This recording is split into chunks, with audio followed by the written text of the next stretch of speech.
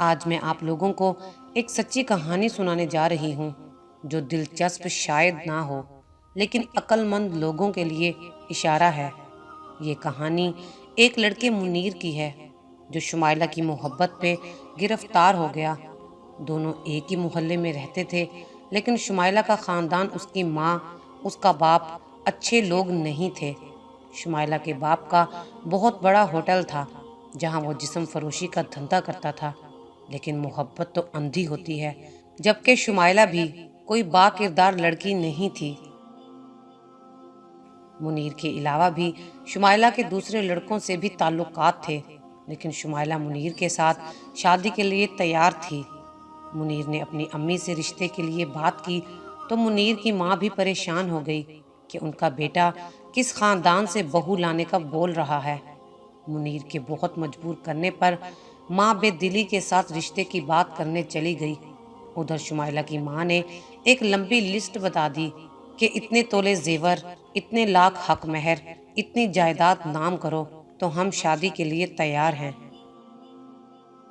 منیر کو ایک دوست نے سمجھایا کہ یہ سب مناسب نہیں، شمائلہ کے گھر والے بیٹی کی شادی کر رہے ہیں یا بیٹی بیچ رہے ہیں، لیکن منیر کو تو کسی بھی طرح شمائلہ چاہیے تھی۔ معاملہ چلتا رہا۔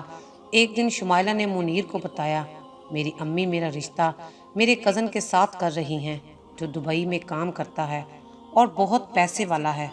منیر نے شمائلہ سے اس کے کزن کا نمبر لیا اور اس کو کال کر کے پوری بات بتائی کہ ہم ایک دوسرے کو پسند کرتے ہیں، جبکہ شمائلہ کے کزن نے بھی یہی جواب دیا کہ ہم بھی ایک دوسرے کو بہت پسند کرتے ہیں، اور شمائلہ کے کہنے پر ہی میں نے اس کے گھر شادی کی بات کی ہے۔ منیر کو اب بھی عقل نہ آئی، عشق سچ میں اندھا ہوتا ہے۔ منیر کو اس کا دوست ایک عامل کے پاس لے گیا۔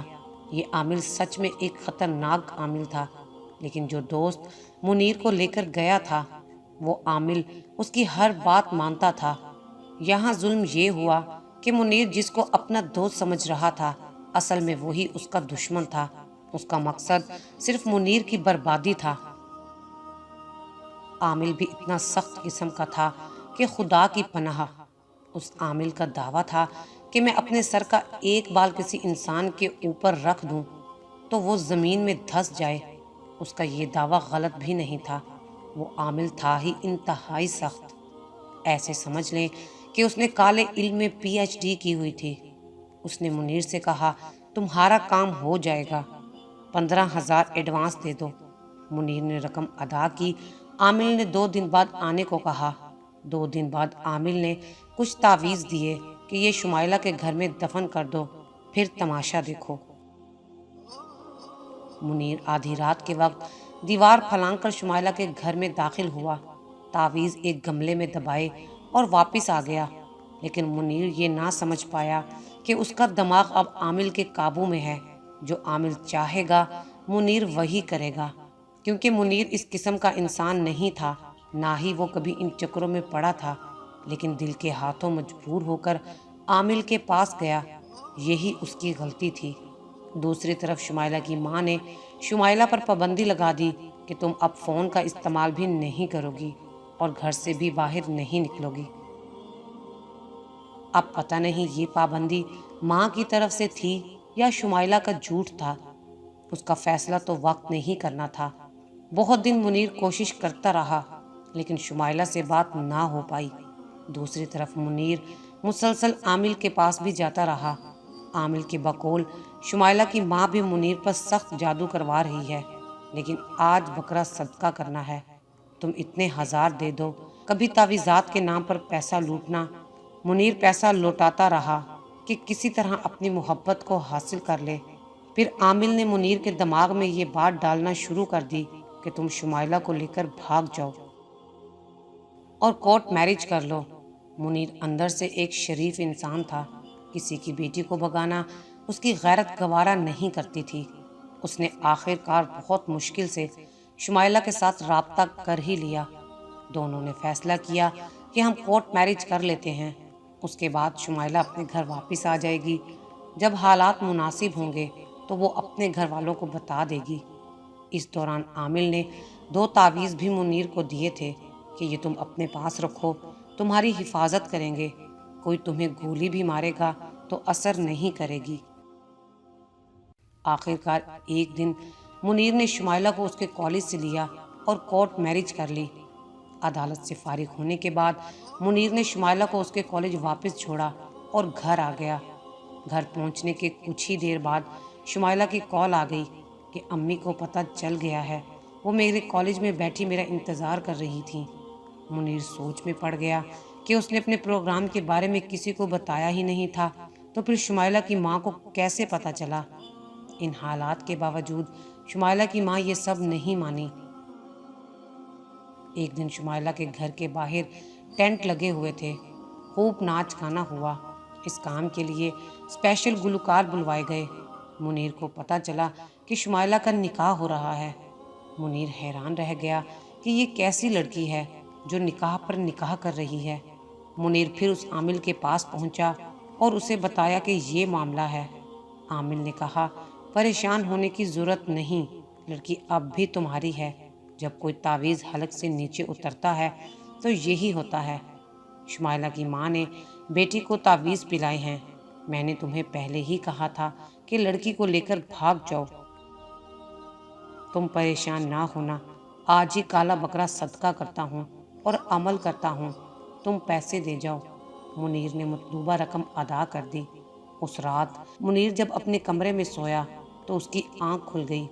منیر نے دیکھا کہ ایک بہت بڑا جن اس کے سامنے کھڑا ہے، موٹا تازہ جن جس کا سر کمرے کی چھت سے لگ رہا تھا اور وہ منیر کو ڈرانے کی کوشش کر رہا تھا۔ منیر اگلے دن پھر عامل کے پاس پہنچ گیا، اس کو رات والا واقعہ بتایا۔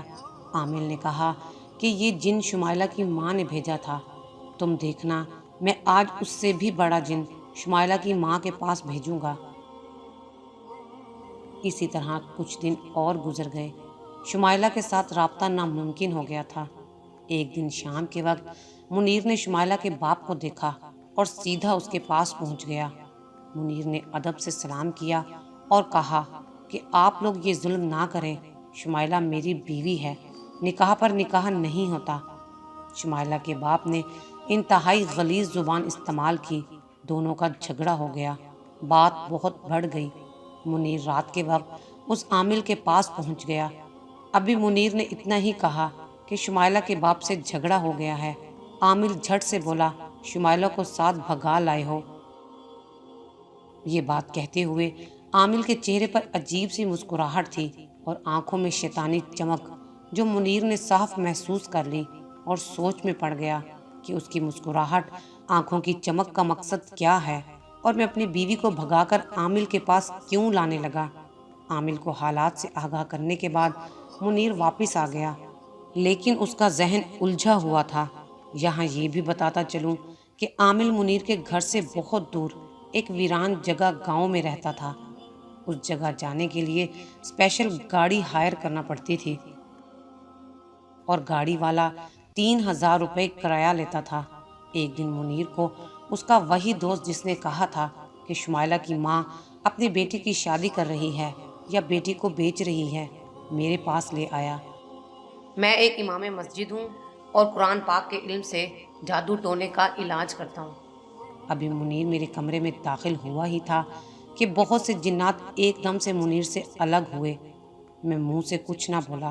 منیر کا وہ دوست میرا بھی جاننے والا تھا، ہمارا بہت اچھا تعلق تھا۔ اس نے کہا کہ منیر کو سمجھائیں، یہ کیا بے وقوفی کر رہا ہے۔ میں نے منیر سے کہا کہ اپنے منہ سے اپنا مسئلہ بتاؤ۔ منیر نے پوری بات مجھے بتا دی۔ میں نے کہا جو میں کہوں گا اس پر عمل کرو گے، اگر یہ وعدہ کرتے ہو تو میں ساتھ دوں گا، وعدہ خلافی کی تو نقصان کے خود ذمہ دار ہوگے۔ منیر نے وعدہ کیا، لیکن میں نے منیر سے یہ نہیں کہا کہ شمائلہ کو چھوڑ دے، کیونکہ اس وقت اس کا پورا وجود عامل کے قبضے میں تھا اور عامل نے منیر کو مکمل گمراہ کیا ہوا تھا کہ یہ لڑکا شمائلہ کے چکر میں لگا رہے اور مجھے ہزاروں روپے کھلاتا رہے۔ میں نے منیر سے کہا تم روزانہ عصر کی نماز کے بعد میرے پاس آیا کرو، لہٰذا منیر عصر کے بعد میرے پاس آنے لگا اور میں منیر کو پانی دم کر کے پلانے لگا۔ 1 ہفتے بعد میں نے منیر سے کہا، تم اب اس عامل کے پاس نہ جانا، وہ تمہارا دوست نہیں دشمن ہے۔ منیر نے کہا ٹھیک ہے، نہیں جاؤں گا۔ 11 دن بعد میں نے منیر سے کہا، تمہاری جیب میں 2 تعویذ ہیں؟ منیر نے کہا جی بالکل ہیں۔ میں نے کہا وہ تعویذ مجھے دکھاؤ۔ منیر نے دونوں تعویذ مجھے دیے جو کہ زعفران سے لکھے ہوئے تھے، لیکن تعویذ دیکھتے ہی مجھے شدید جھٹکا لگا کہ اتنے سخت تعویذ، اس طرح کا تعویذ کوئی لاکھوں میں ایک ہوگا جو لکھتا ہوگا۔ باقاعدہ پلاسٹک کوٹنگ کیے گئے تعویذ تھے۔ میں نے منیر سے کہا، دیکھو میرے بھائی، یہ تعویذ جب تک تمہارے پاس ہیں سچ میں تم پر گولی بھی اثر نہیں کرے گی۔ منیر فوراً بولا، پھر تو یہ اچھی بات ہے نا؟ میں نے کہا اچھی بات ہے، لیکن ابھی تم نے میری پوری بات نہیں سنی۔ تم نے جس خاندان سے ٹکر لی ہے ان کا پیشہ تم جانتے ہو۔ کسی کو مروانا ان کے لیے کوئی بڑی بات نہیں، لیکن اگر تم ہی مر جاؤ گے تو عامل کو بکروں کے نام پر ماہانہ ہزاروں روپے کون دے گا؟ تم نے کبھی حساب لگایا کہ اب تک تم اس عامل کو کتنا پیسہ کھلا چکے ہو اور تمہارا حال کیا ہو گیا ہے؟ منیر سوچ میں پڑ گیا اور کہنے لگا، بات تو آپ کی ٹھیک ہے، لیکن میں سمجھ نہیں پا رہا کہ کیا کروں اور کیا نہ کروں۔ میں نے کہا، یہ 2 تعویذ ہیں۔ ایک تعویذ تمہارا ہر کام سیدھا کرتا ہے کہ تمہارا یقین عامل پر پختہ رہے، جبکہ دوسرا تعویذ تمہارا کام خراب کرنے کے لیے، یعنی ایک تعویذ کام سیدھا کرتا ہے اور ایک کام کو الٹا کرتا ہے۔ جب کام الٹا ہوتا ہے تو تم عامل کی طرف بھاگتے ہو اور وہ تم سے ہزاروں روپے نکلوا لیتا ہے۔ اب ایک کام کرو، سب سے پہلے ان دونوں تعویذوں کے اوپر سے پلاسٹک اتار دو اور پھر دریا پر جاؤ اور پانی میں بہا دو۔ منیر نے فوراً ہدایات پر عمل کیا۔ جب وہ واپس آیا تو اس کے چہرے پر تازگی تھی۔ کہنے لگا، تعویذ پانی میں ڈالتے ہی مجھے محسوس ہوا کہ سر سے پاؤں تک کوئی چیز میرے وجود سے اتر گئی ہو۔ میں نے کہا، چلو اب اگلا کام کرتے ہیں، ایک عمل دیتا ہوں۔ 41 دن کا صبح فجر کی نماز کے بعد دریا پر چلے جانا، 2 بڑے سائز کے پتھر اپنے سامنے رکھنا اور جو عمل دے رہا ہوں پڑھ کر پتھروں پر پھونکنا، پھر ان پتھروں کو ہوا میں اس طرح اچھالنا کہ آپس میں دونوں پتھر ٹکرا جائیں اور پانی میں جا گریں۔ منیر نے عمل شروع کر دیا۔ اس دوران شمائلہ کی اصلیت کھل کر سامنے آ گئی اور منیر کے ساتھ شمائلہ کی ملاقات بھی ہو گئی۔ بہت سی باتیں کھل کر سامنے آئیں اور منیر نے شمائلہ کو طلاق دے دی۔ 41 دن عمل مکمل ہونے کے بعد منیر کی حالت اس طرح تھی جیسے ہر گناہ سے پاک ایک تر و تازہ انسان ہوتا ہے۔ منیر نے کہا کہ مجھے یوں لگ رہا ہے جیسے پہلے میں مردہ تھا، لیکن اب جیسے مردے میں جان پڑ گئی ہو، جبکہ اصلیت میں جانتا تھا کہ منیر بیچارہ مردہ ہی تھا جس کے ساتھ عامل اپنے مفاد کے لیے کھیل رہا تھا۔ کہانی کا مقصد صرف اتنا تھا کہ خدا را ہوش کرے، اس طرح کے لوگوں سے دور رہیں، اپنی دنیا اور آخرت، اپنا حق حلال کا پیسہ برباد نہ کریں۔